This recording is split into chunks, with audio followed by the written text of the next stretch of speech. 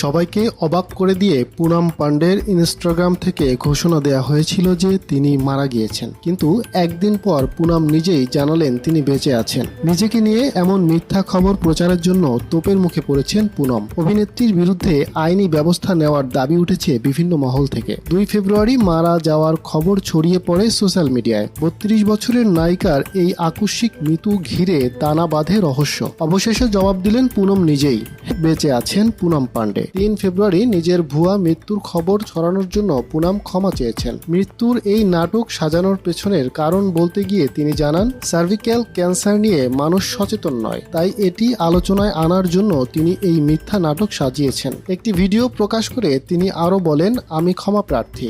আমার জন্য সবাই অসুবিধায় পড়েছেন তা আমি জানি, কিন্তু আমার ইচ্ছা ছিল সবাইকে একটু ধাক্কা দেওয়ার, কারণ আমরা জরায়ু ক্যান্সার নিয়ে সচেতন নই। সেই কারণেই আমি মৃত্যুর